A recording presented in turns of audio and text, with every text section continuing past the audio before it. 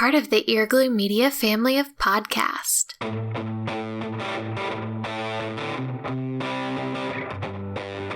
You're listening to the Cantina Cast, your home for thought-provoking Star Wars talk. Join Albert and Jonesy in breaking down the latest news, trailers, movies, and of course, your favorite characters from a galaxy far, far away.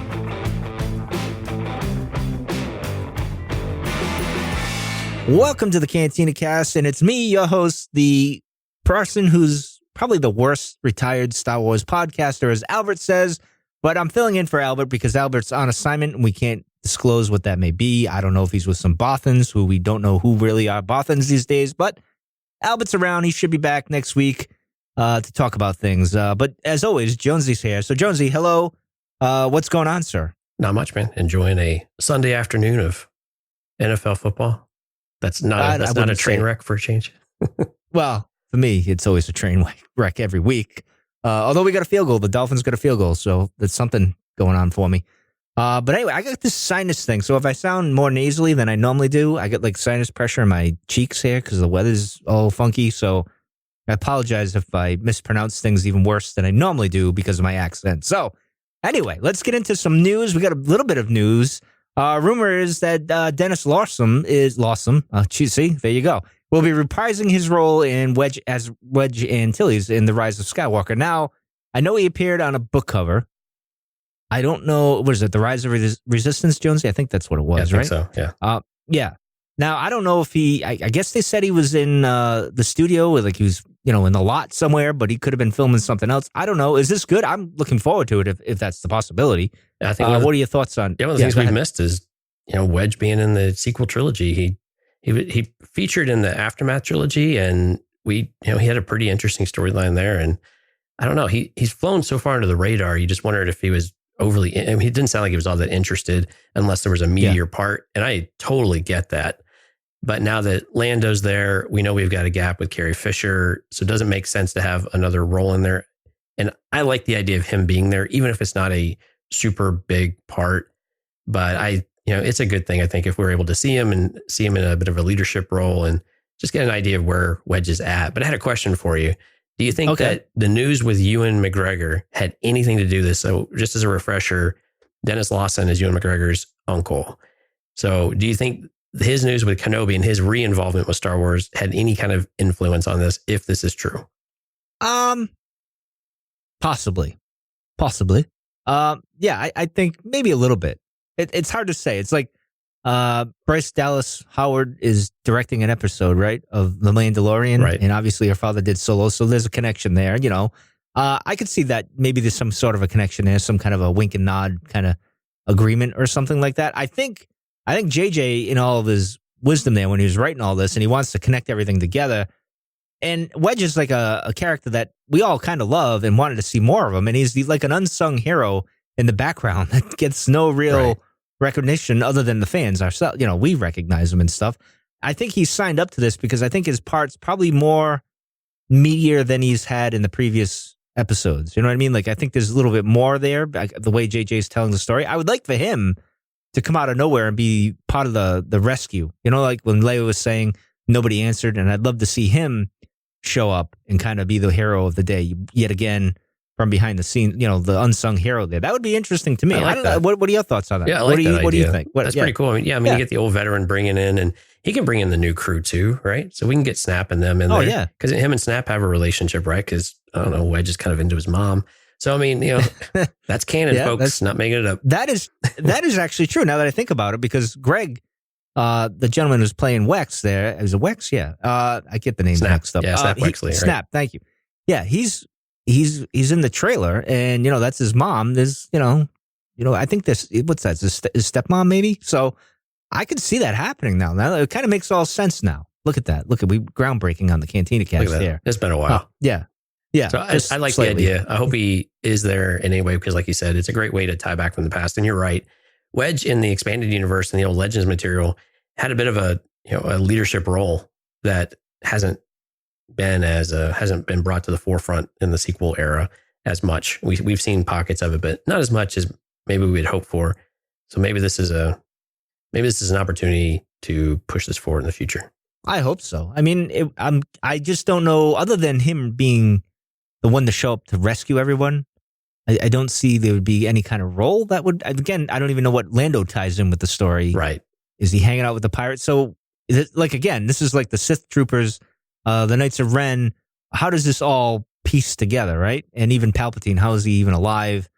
And all this other stuff. There's a lot of questions, JJ, you got to answer, and good luck to you, because it seems like an impossible task. But anyway, I think we should move on to something that kind of caused a bit of a stir in the fandom, which was Freddie Prinze's epic rant, as people are saying. And I don't think it was an epic rant at all.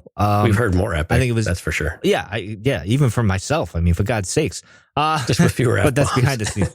Yeah, that's behind the scenes. But I think, first off, Freddie said these things prior on Twitter, and Star Wars fandom went after him, and kind of maybe rightfully so. I can see that. He's frustrated. So I think this comes from a place of frustration. Now, a full disclosure, I didn't hear what was said prior to when he got into this little rant here and what was said after. I just saw the clip. One thing that I will say, and thank you to Becca for pointing it out, she'd pointed out that he kind of confirms my theory of there's no free will in Star Wars, which always made people a little uncomfortable when I said it, because it feels like it cheapens like Luke and Anakin and everything else, that everything's determined and all that other stuff. But anyway, enough about that. We're talking about the rant. Some of the points I agree with. However, I disagree with him going off like that. But I know it's come from a place of frustration, but that doesn't excuse that. I mean, you got to act like a professional, whether you want to or not. But again, he's human. And just like me, a few months ago, I went on a rant behind the scenes with EGM, and it cost us greatly. So there are causes, actions for every stupid thing that you do. And this here, he might have to pay for this, unfortunately. And I like Freddie, because also one of my favorite movies, guilty pleasure of mine, is Fever Pitch, I believe it's called. Oh, boy. Oh, Summer Catch. Summer Catch. That's what it is. Let's get it right. I love it. Yes, exactly. And we've been, busting chops about that for about a year. And, Albert rolled his eyes, many times when I brought it up. He actually went and watched it, and he regretted watching it. But anyway, what are your thoughts on this rant? Do you think some of it is warranted? I mean, I know the fandom is crazy, right? There's the side, the Last Jedi backlash, which I guess you want to say I'm a part of. I'm just not really that vocal. I'm sour on it, but yeah. I don't make a big to-do about it. I moved on with life, that type of stuff. But I don't know. I mean, the backlash is there. And then when you go off on a tangent like this, yeah, you're going to get some hate back. So why you're going to cry about it when you get hate, right? I mean, it's just the way it is. Go ahead. Yeah. So we don't know what precipitated this. At least I didn't go and look at that either. And actually, a little to the contrary of what you just said, it sounds like there were a lot of people that supported him, because he went on Instagram, I think later, and had to do, because he was preaching balance. This is on the Jeff Dye podcast, by the way.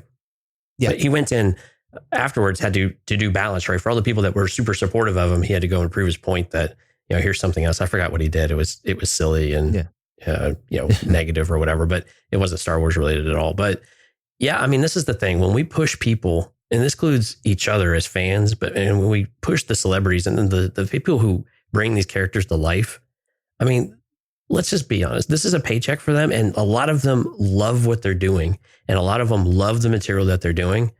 But at the end of the day, they're in there doing a job. They're getting direction from other people about what they want. And when people want to go and make a lot of comments, and this might not be specific to Freddie Prinze Jr., but it sounds like it might be. And when they make a lot of comments, every once in a while, you got to expect someone to lash back. I mean, we're all human. There's only so much that we're going to take and that we're going to, just tolerate of one another. And we try to do it in a way that's, positive or friendly or not trying to be a complete jerk about it. But you know what? Sometimes it comes out. I mean, if he would have done this whole rant and didn't drop an F-bomb about every fifth word, it probably would have had a different reaction in many cases, right? But a lot of what he said wasn't wrong, right? No, I like I said, I agree with some of what he said. Yeah, I mean, he was it's talking just about the way he delivered. And he was talking about the Force and the way it is and things like that. And whether or not we agree with it, that wasn't his point. He's like, I don't care if you agree with it. This is what it is, right? This is what Dave taught him and what George taught Dave and what's gone through it. See, I have a little issue with that because it's like in Star Wars Theory, I got to give him credit because I watched his video on it when he was talking about it, is like, this is like the game when you play when you're a kid, someone tells something, and by the time it gets to you, it's kind of watered down and not exactly the way it is. But yeah, it's a possibility that this is the way it is. And it seems that way when you look at things. But then again, even Star Wars Theory pointed out, okay, so where does this all play into the sequel trilogy? Because it seems like there's quite a bit of imbalance when you get into the sequel trilogy. But we won't get into that too much here today. But the other thing I want to say with Freddie and even others with Lucasfilm and stuff, I mean, I know they're human and they can snap and they can, bite, fight back, if you will. And that's fine. But, if there's one person that could have like attacked people and been hostile to the fans, it's George. And he never did. He was a class act all the way. Never really said. I think the worst he said was, you get a job. But that was the autograph seekers. Right. But he understood the fandom. Dave Filoni, the same thing. He sees criticism, but he kind of just goes along with it and does his thing. Steve Stanton, same thing. They could learn a lesson from those people. It's Star Wars. It's a microcosm, and we look at every goddamn thing, and we make a big to-do out of everything. So you got to understand, when you get in the Star Wars realm, this is what could happen, and you got to kind of bite your tongue as hard as you can. I know it's not easy because you're human. And like I said, I lost my cool a few times, but you got to try to be the stoic and kind of keep an even keel and don't let your emotions get the better of you, like Bindu or, the Father or something like that. You be the Jedi, not so much the Sith Lord, so to speak. But any more thoughts on that, sir? No, go watch it if language doesn't bother you too much. Do recommend going and watching it and just getting your take on it. So, and then join us over in Discord. That's true. And like I said, to be fair, neither of us saw what was going on prior to that or even after that. We just saw the clip. So there might have been something that caused that I'd be like, yeah. And the whole podcast was a little over an hour long, and I just haven't had an hour to dedicate to it. And this clip is like, 3 minutes? So there's potentially a lot of context around it that we didn't have the opportunity to go and do that. So, but anyway, I understand his frustration. So I'm not going to be too harsh on him. I just hope he doesn't lash out like this and this is the end of it. I hope it is for everybody. Just, can we have a civil debate and not like go after each other? But I don't know if that's possible with the way things are these days. I guess but the question now is whether or not Freddie Prinze is going to be on any official panels or guest list for anything now. I think he will. I think he will. Maybe not this year. Maybe the following year. We'll see. I don't know. He's human. You got to forgive everybody, which is where we're going later after this. But anyway, speaking of talking back to the fans, we got Rian Johnson and his brief comments about his trilogy maybe not happening. It seems like he's developing it, but there's a bit of a hold on that. I guess there was a clip of him speaking to someone. I don't know what it was for his new movie or something. I'm not sure what that was, but yeah, go ahead, Jonesy. So it was his interview over at Bang Showbiz. They had posted the link. But before we get into the episode or the trilogy stuff, what he was excited, part of the early question was, what is it like to be, is there something getting him excited about episode 9, about Rise of Skywalker? And his response, and I kind of like this response, and I like it when the old guard or the ones who have passed it on to the next one, even though I guess JJ is coming back for a second round, is he's excited to be a fan again for it. And I think that's always, I like hearing that when the people who make movies all the time still have some way of enjoying the environment that they're just surrounded in and day out. It's easy to get, I think, burned out and be disinterested, but I think it really talks to, I mean, George Lucas was always like this too. He was a student of film, and a lot of these guys really are. And so it's always a little bit fun to, at least for me, to see these guys come back and being able to enjoy Star Wars, especially given a lot of the challenges that Ryan has had with the fandom in particular, and a lot of people at odds about this. So that I think it's a testament to him that he can, again, to your point before, Mike, of being able to kind of overcome maybe some of your personal frustrations, and not that he's been immune to lashing out on Twitter or something like that and calling people whatever he thinks they might be called that day, but still being able to kind of rise above all of that, at least in the public persona where most people are going to see you rather than kind of in the Twitter dumpster. It is a dumpster. In his trilogy, right? Yes, exactly. But, and here's the thing, I'll say this about Ryan. Now, I'd said this since I think the Last Jedi came out, and it wasn't all that great to me. I even said, I think Ryan's trilogy will be good. I just don't like The Last Jedi. I think he'll tell a pretty decent Star Wars story somehow. But the only thing I would say is, because of all this backlash, everything that's happened, I would say if they did go through it, and maybe this is where Disney, and I'm of course speculating, so don't think that this is the gospel or anything. I feel like Disney, looking at the quote unquote failure or poor performance financially of Solo, they're seeing, well, with all this backlash, if we do the Rian Johnson thing, this is going to perform even worse than that. So maybe we need to hold off on that for now and go from there. So maybe that's the reason. I don't know.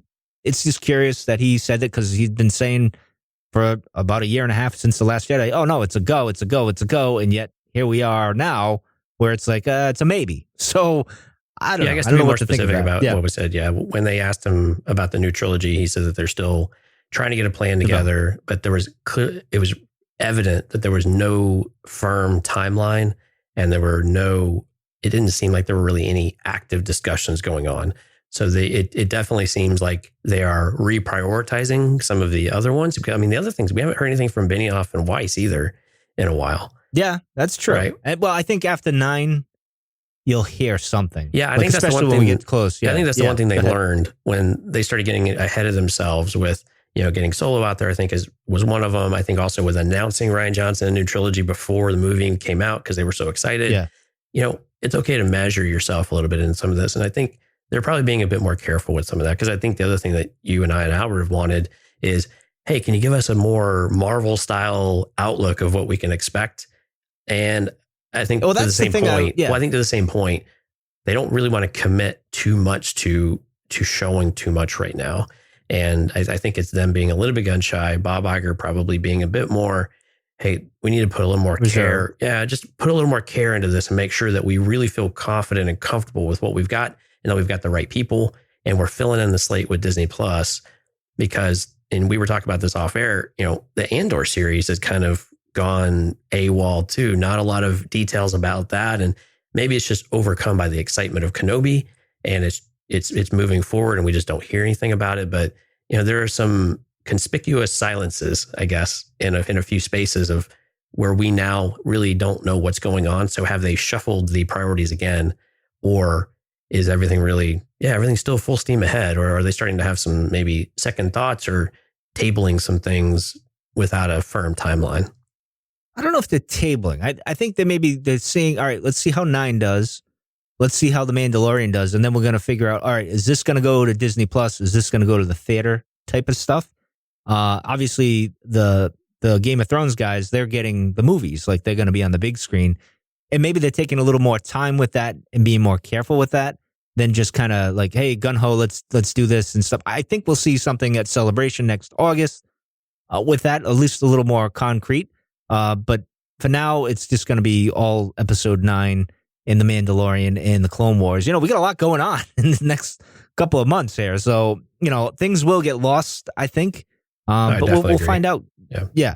But speaking of Disney Plus, sir, we were just talking before we came on. It's less than 30 days out. And I was saying to you, I paid for my thing. I'm hoping I get a sneak peek, like maybe a week early or something. Like, that would be nice. Because I think in other countries, like I think it was in Denmark, maybe there's a preview. I don't know. Maybe not everything's loaded up, but you can watch some stuff. Right. It would be nice if we got that, but unfortunately, that doesn't seem to be the case. But I'm very excited for The Mandalorian and to see other things and whatnot. But nothing's come of so far. Like, I'm just like, get it out already. But here I am. Exactly. What are your thoughts on it, sir? Actually, I had a little bit of a concern. A guy at work was telling me this past week. He said that Amazon and Disney weren't able to come to an agreement to get the app on Fire devices. And so in my primary TV, I've got the Fire TV box. I don't have the stick, but I've got the actual box, so I can do higher resolution and all of that. And he says that they didn't come to a deal. I'm like, it's just an app. What's the problem? And yeah. And I haven't looked into this. I haven't looked into this to see if this is actually real or a problem. Have you heard about this? I have not heard about that. Now, it sounds like the Apple and Disney thing where Bob walked out of the thing and said, yeah, I'm no more part of this because you're doing your streaming thing. And maybe that because Amazon Prime, they stream stuff too. So maybe it's something to do with that. I don't know. That's very curious. I should probably look into this a little. Yeah, it seems like you can't exclude certain apps because that seems anti-competitive, right? Especially if you're going to offer a service that's similar. That's by nature anti-competitive. And well, we're bringing out the law in this one now. Well, I mean, yeah. So no, I get your point. Yeah, my business, I'm in a common carrier antitrust type of business, and you have to really balance that stuff out. You have to be able to give some level of open access if everybody kind of has the same type of environment, right? Or if you bring the similar type of things to the stage, that usually gets applied in this type of thing with the FTC and everything else. So, I mean, those are the things that I always look at of like, why can't I get an app on a platform when there's a Hulu app, there's a Netflix app, there's a CBS, there's an everything app on all these services. So I'm hoping that's just a misinterpretation that I've not been able to educate myself on, but it got me worked up pretty quick because I was like, that's my primary way of probably watching this besides a mobile device or, I mean, maybe my PlayStation or Xbox or something like that. But well, PlayStation's my backup. I have 3 Roku TVs, which I use, and especially my daughter. She's got one in her playroom, and she's excited for it. So, I've been checking Roku, like where you set up your stuff and everything. Right. And I have not seen like the Disney Plus thing like pop up. I figured there'd be some sort of a, because they mentioned them in the press release that it'll be on their devices as well.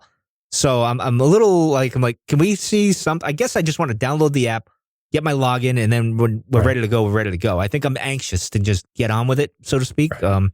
But anyway, this is our family TV device. So, I mean, this is the one that they use the most, like for the rest of the family. And so that's the one that I want to make sure, because they'll, my daughter and maybe even my wife will be more front and center about the ones who use it more often down there.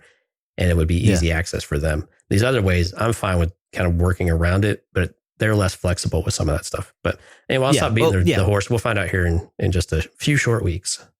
I know. Well, maybe we might have to investigate the Amazon thing, in the next few weeks. But anyway, let's move on to the main show, which is something you came up with on the fly because Albert went to a disclosed location. We won't even talk about that because he'll kill us. But anyway, and this is the difference between redemption and forgiveness, which is something that is an interesting thing. I never really thought of it. I always equate them as the same thing, but they're really not the same thing. So I'll let you go on and tell us all about this, and then I'll kind of chime in when I get a chance. Sure, yeah. Just to kind of set it up, I think what spawned some of this is when we keep talking about the redemption of Kylo Ren or Ben Solo or even Darth Vader. And Vader's one of these that I know I've been fairly critical of, and Anakin as a character, in some regard of what we're going to talk about tonight. But I think it's just we talk about redemption and how easy it is for someone to make one decision and all of a sudden be redeemed. But it's not the same thing as forgiveness and what true forgiveness looks like versus redemption. And we've kind of skirted around this topic a number of times on the show and you historically, I think, as well.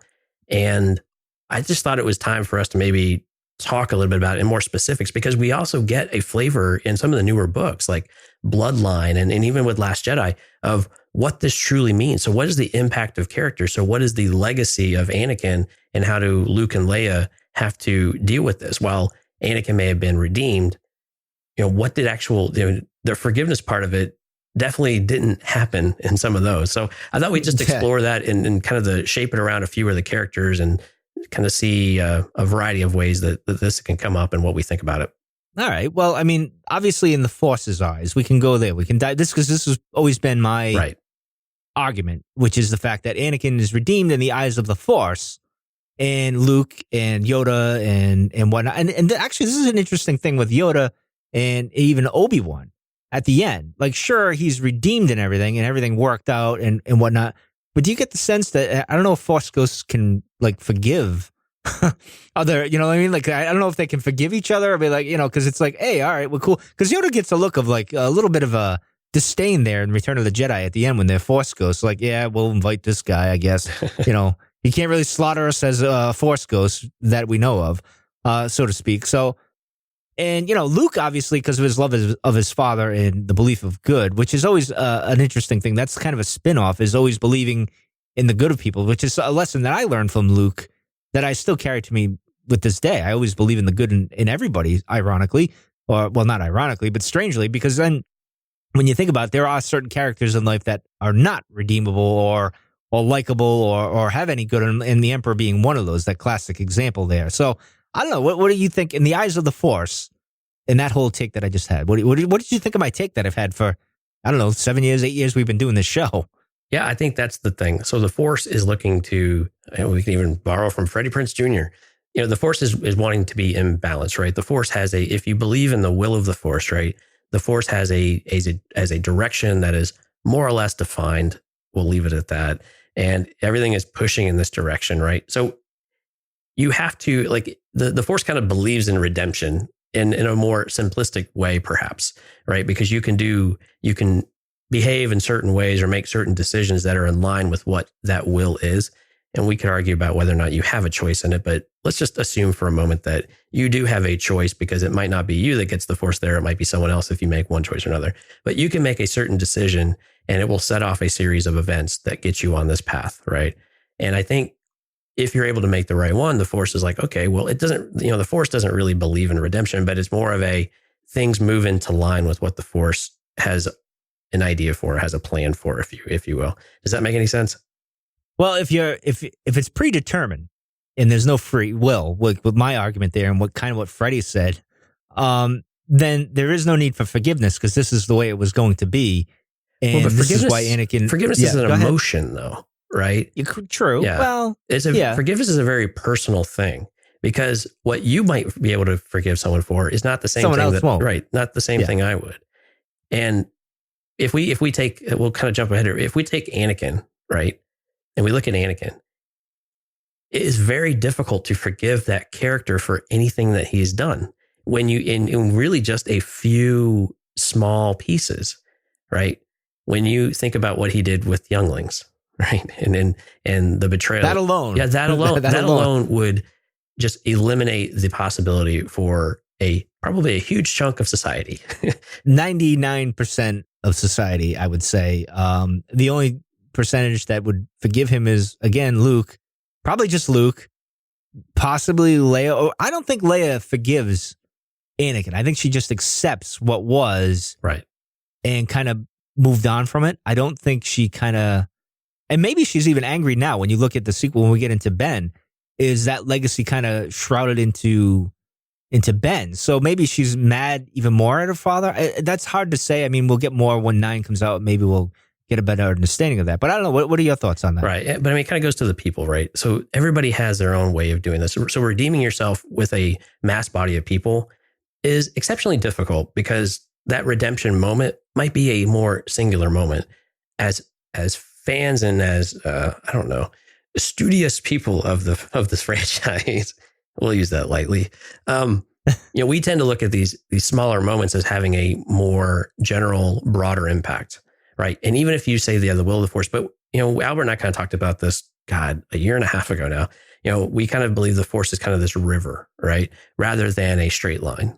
A very narrow straight line, right? It's kind of more of a river, and there's a lot of things that happen within that river, but it's always flowing the same direction, right? But people don't necessarily see any of that. And quite honestly, people outside of the Jedi and the Sith or Force sensitive people are completely ignorant to most of it. So for them to be able to grasp onto these concepts and in a true redemption type of thing, it would have to be something exceptional. And usually it's sacrifice, I think, is one of them. But usually, again, you went from your 0.1% in your scenario to maybe creeping up to like 1 or 2%, right? So the mass are still going to say, well, that's still a pretty unforgivable act. So I think it's a general balance of people who are in tune with the Force. To your point, Luke, I think are more have more opportunity, or they're less beholden to forgiveness, and they're able to intertwine forgiveness and redemption a bit more than kind of your common man. And that's why I thought it would be interesting to talk about some of these characters, because with Leia in particular, we see that probably more acutely than we see anywhere else. We see when the news gets out about Darth Vader as her father, you see the backlash. You have some that are very supportive because she's an individual, but it's small. Well, yeah, right? Small. Yeah, though. But you can also see that you can sense the fear, and you sense the uncertainty of it all. And I think that's a really interesting dynamic. And I'm primarily talking about the Bloodlines book, because this is where this comes out. But you can really set the stage for really the entire resistance movement as a result. Absolutely, yeah. Well, see, because she embraces it, like right there. She just puts on the black dress, goes out and kind of just like says, I am his daughter, and here I am, and whatnot. And of course, she doesn't know about Ben at this point either. So maybe that would have had a different outtake for her there. Because I assume at that point, if my memory serves me right, if you piece things together, Ben has already slaughtered the Jedi Temple and all that other stuff, and she just doesn't know about it yet. I could be wrong on that. So that was never a clarification on that. But with Leia, I think she just, she was always obviously the strong one, and she could always accept the situation and kind of just adapt and move on. And that was more of her, like her father. I've always said, and we've always said on the show that she is more her father than Luke is. Luke is more Padme-ish in the sense where there's more emotion, in the sense that he's more in tune with it, in the sense that he's not going to turn, although he flirted with it. You know what I mean? Like, he's not going to let the emotions get the better of him to a degree. Of course, The Last Jedi, that's a little bit different, although I think he was just trying to be indifferent there, so to speak. But, you know, that's a whole other thing we won't get into. But anyway, continue, sir, if you have anything else to add to Leia. Right. Yeah. But so with Leia specifically, again, you get the idea that the general public, the way that they turned on her, they are unable to forgive her father. They definitely can't forgive. And now they can't forgive her by extension. So this is one of these, you know, the sense of the father thing is absolutely true in many cases. And Leia had to bear that brunt more directly, to your point. And she did it pretty admirably, right? And kind of in a badass kind of way, a little bit. But at the same time, she all of a sudden lost all of her ability to do really much good in the more public arena. So the lasting impact on her, and now she's a very resourceful person and had a different direction that she believed firmly was needed, and started developing what we would know to become the Resistance. But at the same time, just because her father did that one act to, you know, we thought at the time, rid the galaxy of its greatest evil, it didn't matter. And even with her supporters that came to and said, look, you know, this happened, that was a good thing. And she, look at her deeds that she has done. And still they've put the guilt of him onto Leia, you know, for the rest of the community. And I think those are things that happen generally for us in real life, right? It's kind of guilt by association. And technically she takes the bigger brunt of it because Luke's off doing Luke things. He's not really dealing with it firsthand, I should say. Not like, you know, like she's in the public. Right. He's off doing his thing. And most people probably don't even know who he is really at this point. Right. And when he's off gallivanting. It's more on top of it. Right. Because now it's like, well, Luke has these special abilities too, and these special powers. And we knew about that. And all of a sudden now. And we haven't heard. Well, they do mention that in the book. Like, where is your brother? Right. And, you know, she can't really answer it. And, you know, people start to freak out, especially when she's got a son as well.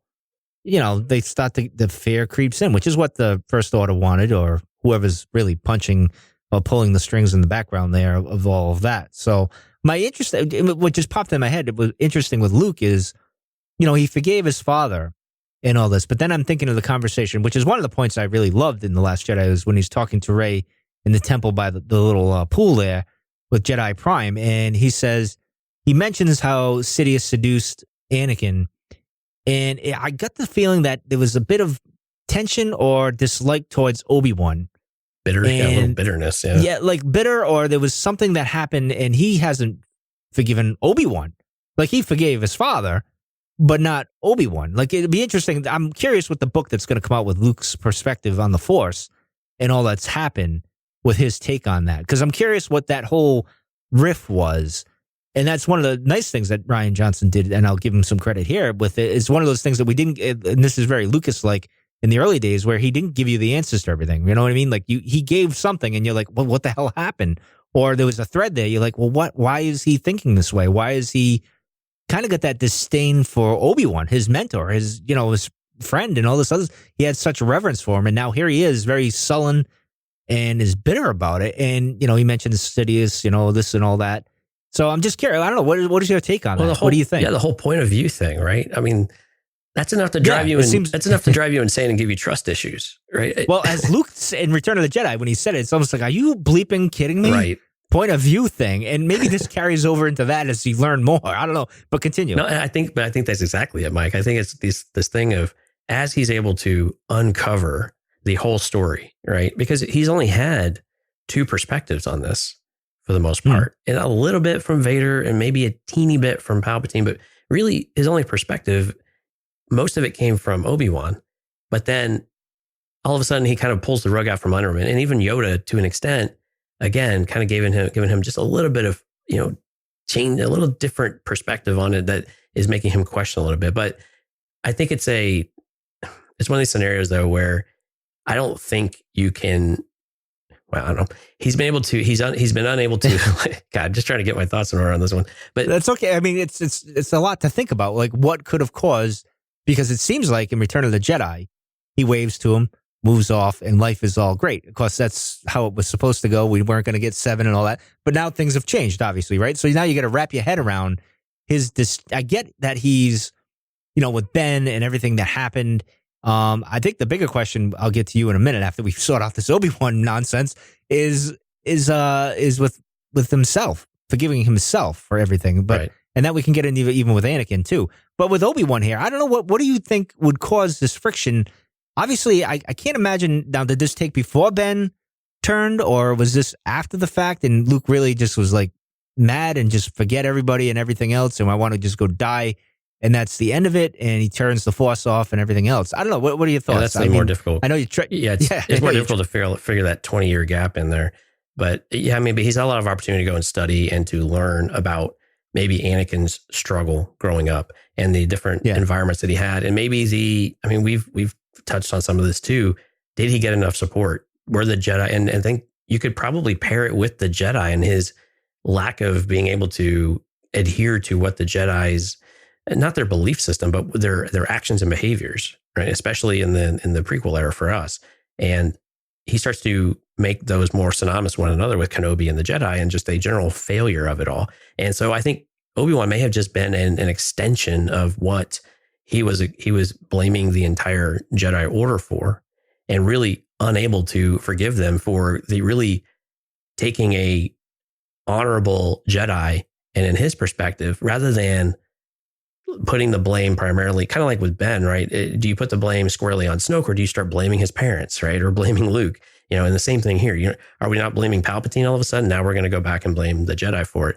I think it's one of these things of where you have numerous people that can take some of the blame here, but where does most of it lie? And again, everybody can make different decisions, but I think he started probably equating the two together. And Obi-Wan was certainly a part of that, especially when Obi-Wan is tasked by the council to tell Anakin to spy on Palpatine, right? And these generally distrustful activities, and activities that, from Anakin's perspective, he's not able to forgive Obi-Wan for asking. He's certainly not able to trust and forgive the council for ever doing that. So you start making lines of what you're able to disconnect from and what you feel more comfortable of removing yourself from in general. And I think those types of learnings, and again, depending on where they were at, and sometimes with, from Luke's perspective, maybe, and as we get closer to Force Awakens, is that he's finally the catalyst moment for many of these things starting to snap into place, where he's just like, forget this, I'm out. Ben moving to Ben moving to Kylo Ren, and that situation of him leaving in their altercation that we got to see in Last Jedi, that might be the one event that finally was the last straw, and everything kind of came crashing down and just all came together in one place. And Luke was just like, this is, we're just doomed to keep repeating the failures of the past, and unable to let go of all of the baggage that he asserted with his father, and now have all come back into play with his nephew. Well, is this him trying to? So obviously he didn't forgive the Jedi and all the mistakes that they've made. I know that's the popular thing, as we've said on the show, is they hate the Jedi, right? So because of the prequel eras or whatever, they were horrible and so forth. But that's true to a degree. But is Luke here more of like, all right, so things happen with Ben, and now he's off on Ahch-To, whatever you call it, and he's contemplating and thinking these things, and he forgave his father. Now in his mind, he's sitting there rationalizing, all right, I've redeemed my father, I saved my father, I forgave my father, but now Ben has turned, and this legacy of the Skywalkers and everything that's going on, how do I wrap my head around that? And then it's easy for him to just go and blame the Jedi, so he can still have that forgiveness for his father. And is he kind of sweeping what his father did under the rug here later, all these years later? Is he cheapening that? Or I don't know. What do you think? Well, I think some of what he maybe failed to learn is kind of the same things that Anakin failed to learn. All the things that you've put on yourself. And I think this is probably more appropriate to Luke maybe than Anakin. But he, like you said earlier, Luke really probably needed to start to forgive himself a bit for some of the things that happened. Well, that's the bigger question. Did Luke, when he sacrifices himself there and dies, did he forgive himself before that moment? That's, even when it comes to Ben, like, because he has that interaction obviously on Crate where he's like, no, right. Like he's being a smartass, and I thought that was great, which is completely opposite of Luke's. This is where I had my conflict with The Last Jedi, is Luke would always believe in the good in people, and that whole whatever transpired here. And we'll get into Ben in a second with his forgiveness here. That'll be an interesting Force Ghost conversation with Uncle Luke there. But I don't know. What are your thoughts on all that? Well, yeah, Luke. I think in the Last Jedi, probably getting off a little bit of a tangent. You've got, like we saw Yoda with this towards the end of Clone Wars, right? You have to be able to embrace. Yoda had to embrace his darkness, right? You have to embrace your failures. You have to embrace the things that are not so pleasant about yourself. And you have to say, you know what, these things are a part of me, but how I deal with them and how I handle them, I potentially have a lot of control over that, right? I have more opportunity for control over that than I do just my natural state of being, right? I can help shape how I want to be going forward. And I think some of that is when you're able to, I think from a Jedi perspective, when you're able to finally do some of that, then you have other paths open up to you. I think Asajj Ventress had some of that too, right? At the very end of Dark Disciple, as soon as she started embracing the things that were, good and really good inside of her, kind of the other way around, a whole new path opened up to her, right? A whole new vision opened up, and just a whole new ability to make better and different choices and different decisions as soon as you start embracing that. But I think a lot of that comes back to, letting go, and you can do an extension of forgiveness, but letting go of some of these things that you just continue to hold so tightly onto, and you just don't feel like you can let go of that. And I think Anakin, of course, is the true character we think most about that. So scared of losing something that you can't let it go, and it squeezes through your fingers. Well, yeah, I mean, the contrast is, from what I gather, when we look at Anakin's journey to where he finally gives back into the light and he dies and he becomes a Force ghost, I think he forgave himself from all of that. And you can argue his perspective there is where he realizes that Palpatine was manipulating the whole thing, and he kind of just let go and forgave himself for all that. Or, whatever you want to, you could go down a rabbit hole with that. But yeah, with Luke, I'm on record as saying he was still selfish, but whatever. All right. Well, that's fair. I mean, that's part of his character. But right. With Luke, we don't get that. I mean, granted, it was more Rey and Kylo's story, so you didn't get this aspect of it. We saw him die and everything, but maybe, I don't know. Wink, wink. We don't know officially, but it seems like he is. I mean, did he forgive himself in that moment? Even in the book, we don't get that. We get the voice that says, let go. But letting go would be forgiving yourself as well, too, I would think, because you have unfinished and unresolved issues here in the real world, so to speak. And then, in order to let go, you have to forgive yourself, I assume. So I'm just curious, in that moment, did he forgive himself for everything that he did or, didn't do, I guess, for being indifferent, so to speak? Well, but, I don't know. To flip that around and not answer the question you asked, okay, very good. Did Luke redeem himself in the eyes of the Force by helping Rey, by quote unquote confronting the First Order, by doing some of these things? Do you think that Luke had the moment of redemption that Anakin had, or do you think is this a blend, or is this more forgiveness, or is it like none of the above? Like, which one do you think? I think it's none of the above, because I think Luke knew the secret. He knew what had to be done, and he did. I guess in the final thing, before you become a Force ghost, is you have to sacrifice yourself and be of love and not be selfish, and that's what he did. So he was welcomed into the fold, so to speak. You know what I mean? Like, he couldn't, if he just died on the island there, I don't think he would have been a Force ghost. I think he might have been more Qui-Gon-ish, where he's just the voice, and then he'd have to learn it over time, like Qui-Gon supposedly has, where now he has a physical embodiment of his former self. If that makes any sense to you at all, it might not. Right. But he did make that sacrifice, right? So in the eyes of the Force, yeah, we checked the redeem thing. You did the self-sacrifice thing. So yes, you can come in as a Force ghost. Come on in, come on down, and so forth. Now, of course, the flip side is, if you're Sidious and you're a Force Sith, whatever you want to call it, an apparition, how does that all work now? Because it's upside down and on its head. So, but we need to see 9 to figure out how that. See, that's my big thing with 9 is, how is Sidious in physical form, or just, and I agree with Albert. And I think I mentioned this before when we're doing the George thing on Canteen After Dark, that is his essence going up basically when you see it. I always believe that myself. But anyway, we're completely off of what we were talking about. But right. But continue, sir, if you have any other thoughts. No, yeah, I just wanted to get your perspective on Luke. Oh, and we could talk about. Well, what do you think? Do you think he redeemed himself, or do you think no? Man, I think. Oh, you didn't think I was going to ask that? Is that the problem? Well, we're going to move on. I'm on the fence about it, right? Because I think there's probably an argument that he did on some level redeem himself by getting back involved. By now, granted, he didn't get all the way back involved, so there's a strong argument against that there.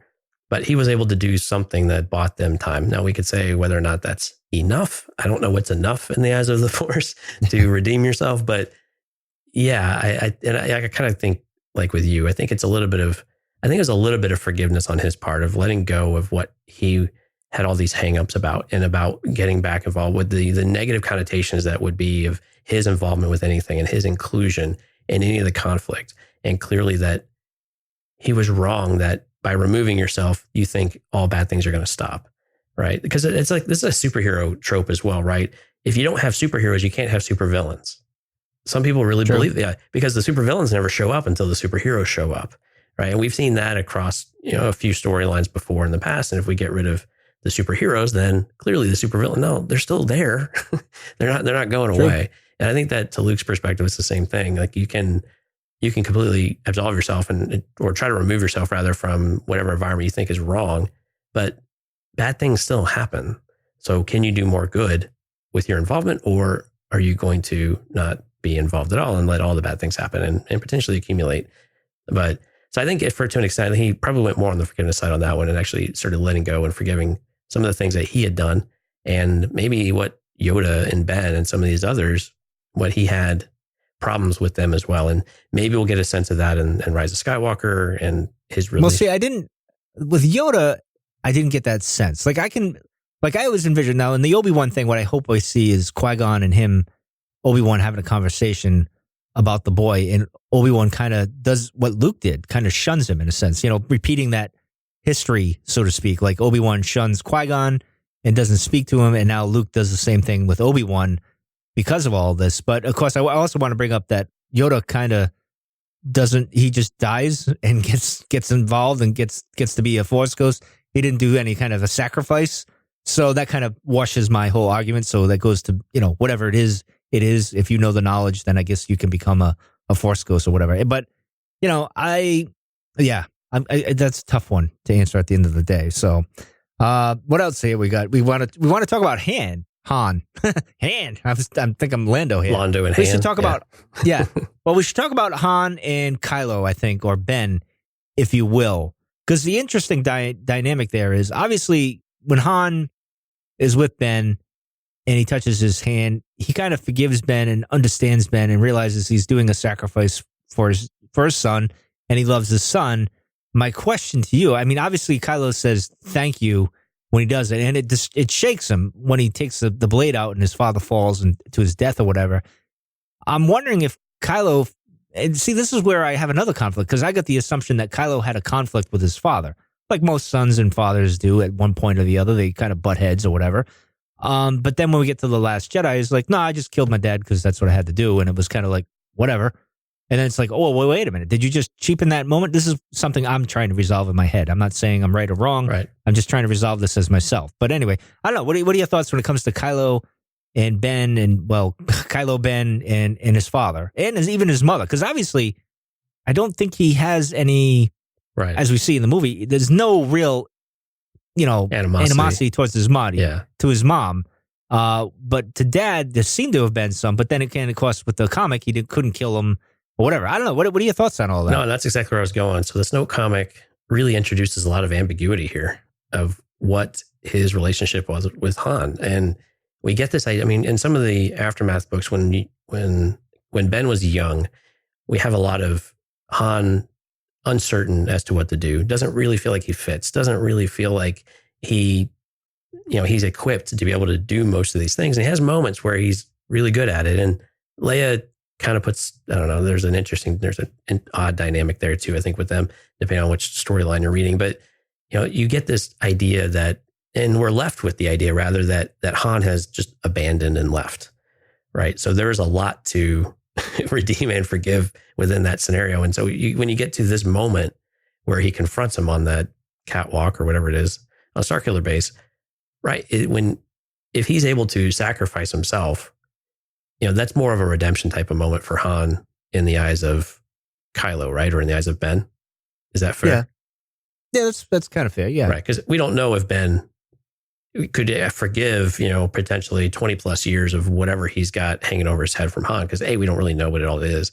But I kind of equate it more to that, probably more in a redeeming type of moment, especially if we view this as a sacrifice that Ben accepted from Han. And again, this is difficult to really understand because we're not given a really clear indication about what Ben's feelings are towards it, because we get different sides. We get Snoke's perspective that his spirit has been split in two, but we also get Ben's or Kylo's more boisterous, interpretation of it when he's talking to Rey. That he did what needed to be done because this is what it takes to go forward. But I think, in general, I think that's where you sit with that one. It's probably more in the redemption arc than anything else. And we'll have to see if the forgiveness part can come through later, because that's again, like we talked about at the very beginning, it's a very personal thing. So it's not always something that someone does to give you that forgiveness. Sometimes it's you personally saying, I understand what you were faced with. I understand the scenarios you were put in to make the decisions you did. And I'm able to move past that and stop holding it over our relationship, even if it's a lot of times we come to terms with this stuff after someone has passed away, right? Unfortunately. But those are the things you have to do. And those are the things that we're going to have to see if we even get this type of story arc, or if we have to wait for other material to get this. But, do we see where Ben actually makes peace with whatever his issues are? And maybe they'll tell us what the actual issues are, rather than try to live up to the Solo name and live up to, or maybe being abandoned or whatever that might have actually looked like. Well, it's interesting that you make that. And spoiler alert, because I'm going to talk about the Rise of the Resistance book, which had Wedge on it. And I think there's a moment where Leia is talking. I don't know who she's talking to. It could have been Poe. It could have been Rey. I think it's Rey, which would make more sense. Where Leia says to whoever it may be, the only one who can save Ben is Ben, which is interesting because again, it goes to show that she's I wouldn't say forgave, but accepts it and realizes that it's an internal struggle that you have to resolve yourself. With all of us, really, at the end of the day, forgiveness is just a bonus from someone. You have to learn to forgive yourself and let go of all your troubles or whatever it may be. It's a personal journey. It's a self journey that you have to make yourself. No one can really save you at the end of the day. And I think that's her point, is where she was kind of like, I accept it. It is what it is. My father was this way too, and he did some good. And Leia's even like, I'd at the end of the Last Jedi, she was like, I'd held out hope that he would come back. And, Luke's like, yeah, I know, but he no one's ever truly gone. And I think that kind of reaffirms her in her mind that Ben will figure it out somehow, like Anakin did, her grandfather and whatnot. So I don't see Leia. In Leia's mind, I don't think it's forgiveness. It's her love of her son. And she just kind of like, I realize it's a personal thing. I even have my own demons as well. And I had to deal with them as I, matured or whatever you want to be. I don't know. What are your thoughts on Leia with Kylo or Ben, if you will? Well, and that's the thing. If she were to survive and she forgives Ben, does the rest of the galaxy then, again, put the blame back on her to where she's accepting this burden again on behalf of the family, which again, she's kind of the tortured soul of sorts, right? Of this family, right? Yeah. She's the one that continues to take the brunt of it and to be the public figure of it all. And everything that goes wrong around her, she's the one that gets to be the public eye and bear the weight for the family as well as bear the weight for the Republic. But so I think that's the thing of like, even if she finds a way to, and I like that you say accept, because accepting something and forgiving are very different, I think, as well, right? Accepting something is like, this is reality, right? I don't have my blinders on. I have a very pragmatic view of it all. And this is what it is. And sometimes you can do that. So if we use like family as an example, all right, I accept that's how you are. I'm making this choice and I'm moving on. Well, let's just say that example, I'm moving on. But to truly forgive them means that you're forgiving them and potentially trying to open a door to bring this family back together, right? And I think from a galactic perspective, that's very difficult to do because you don't have that personal bond in order to drive that desire in the first place. And unless you really see someone routinely do activities, right? So one moment of sacrifice isn't enough in order to completely overcome that. Right. Yeah. Can't completely work on forgiveness and true redemption in the eyes of the galaxy, right? Until you've been able to prove over time. And even then, there's still going to be a very vocal part of the community that are going to tell you that there's no way you could be trusted. You're done. Exactly. Yeah. No one will ever believe that. Your only, I guess, redemption comes from a higher power or force or whatever that it is that's separate from human emotion, so to speak, or the galaxy species or whatever. You know what I mean? Like, it has to be someone that's above where we are in like the mindset, so to speak, for that to happen. Because if that's the case, they don't care what us mere mortals are doing, right? It only cares what's going on when it needs to really care, like with, making the balance be there. It doesn't care how it goes about it. It knows at some point it's got to be evil's got to rise, and then some point good's got to rise, and some point it's just going to cancel each other out, and it's just going to be balanced, and we're in a stagnant thing until whatever the force gets bored, and we got to have one or the other, so to speak, in that matter. So that's where the redemption comes from. Forgiveness, again, like you said at the top of our discussion here, is a personal thing. It's almost like even Leia, where she just accepts it. And I want to say maybe even Luke in The Last Jedi takes a page out of her book where he kind of just accepts what Kylo is. So you get that smart ass line where he says, no, you know what I mean?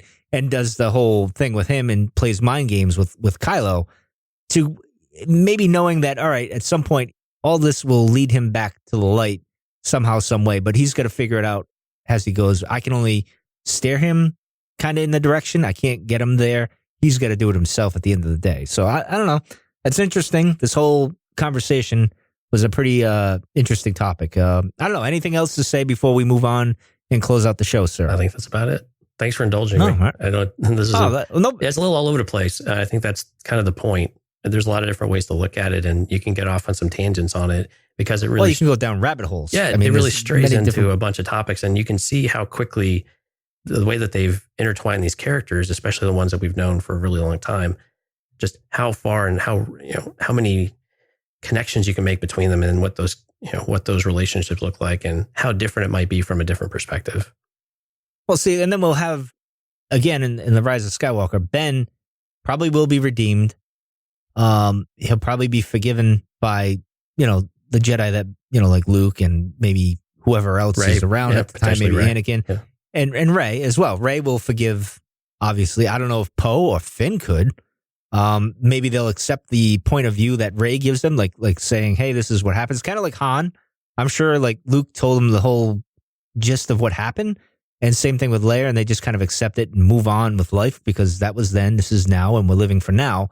And that's kind of what will happen. But the rest of the galaxy, again, might not see it that way. So, cycle repeats, and this is where we are. So anyway, let's get into a little shout outs here with Patreon. We got to welcome Bryce. Thank you for contributing to Patreon. We welcome you in. Hope you enjoy it. We got some other stuff planned in the works soon. And Caleb, Cab. Is it Cab? No, it's Cab, that's right? Star-Lord. Star-Lord, sorry. It's Star-Lord. Yes, he upped his thing so he could get the Cantina After Dark, and I appreciate that because that was a really good conversation we had about George and the betrayal and that whole thing. And it was more a deep conversation than we normally have on CAD. Usually it's kind of a laugh riot, but that one was a little more serious. So in any case, what else we got going on? What's going on in Discord or anything like that? We don't got anything other than the usual shenanigans in Discord, I believe. Yeah, usual shenanigans. But again, we know the trailer is upon us. So eargluemedia.com/Discord will get you over there and you can interact with us. And we've probably got 50 or 60 people in there. So I think it's a really good conversation. And if you're into spoilers, there's a whole spoiler channel too. So you can indulge to your heart's content. Heart's content, yes. Right. Over on the network side, film appraisers. Of course, the Joker movie came out, right? And it's pretty amazing. And so they had a reaction show. Did you see it? Yeah, I saw it. I haven't seen it yet. I gotta get there to see it. It's something you would enjoy, I think. I think it's up your alley. Yeah, probably. The Joker is a fascinating character, to say the least. I like the psychology and the philosophical aspect with the Joker character. It's an interesting dynamic. I know the spoilers, right? Because you know me, I can't help myself. And I watched a bunch of YouTube videos on the whole perspective of the movie. I'll leave it at that, of, what's what and all that stuff. But anyway, continue, sir. I'm sorry. Yeah, I think it's one of those you still got to go see in order to really appreciate it. But get the context of it, yeah. So Jason from Smoking and Drinking in Space was on the episode with Joe and Josh and did a reaction show. So encourage everyone to go check that out. You can find it on your favorite podcatcher, or you can go over to earglaymedia.com/TFA for the film appraisers and check it out there. And then, of course, Excellent. yeah. And then, of course, like you said, we got all the Patreon good stuff. We did a Canteen After Dark on the Bob Iger chapter on George Lucas and Star Wars. We've got Unscripted that'll return here in the next week or so. That comes out roughly every week. And again, more things planned coming up in the future. So if you want to go check that out. Something to do with the Mandalorian, maybe. Mandalorian, never heard of it. Yeah, no, we'll see. So but anyway, I think that's patreon.com/theCantinaCast. Very good. Well, I think that's going to do it for tonight. This is a fun episode. We went down a few rabbit holes. I'm sure you all, our listeners, will have varying opinions from ours, and I look forward to hearing them. So, hey, I look forward to hearing them. I guess we'll see you guys. Well, actually, Albert and Jonesy will see you next week. I probably won't be here next week because I'm wearing out my welcome. Be here. No. I'm retired. I really am retired. I swear. Every time you say probably won't, it's like guarantees you will be. No. Although, I won't be here. See, all right. We'll see. Maybe. Okay. All right. We're out of here. Thanks, everybody. You're still listening? Wow. That's amazing. Well, I'm here to give you the disclaimer. Normally we do a big, long, drawn-out disclaimer thing saying what's what and who's what and all that other stuff, but I think you guys kind of know that Lucasfilm and Disney have no affiliation with us at all, and we have none with them. We talk about Star Wars, which is their property and all that other good, fun stuff, but I think you can tell which is our stuff and which is their stuff. If you can't, well, then send a lawyer to send an email to me, and I'll be glad to chat with them. Other than that, you know what's what, so that's your disclaimer.